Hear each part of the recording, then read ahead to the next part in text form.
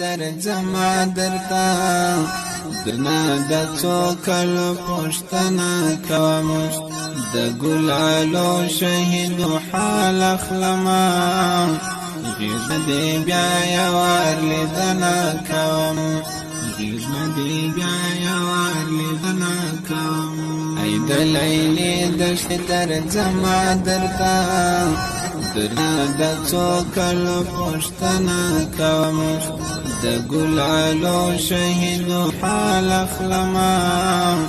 غیز دې بیا یوار لیدنه کوم غیز دې بیا یوار لیدنه کوم کړم د شهیدو شظلمو پښتنه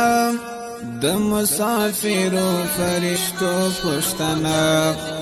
په حسد چې شهیدان کړل ظالم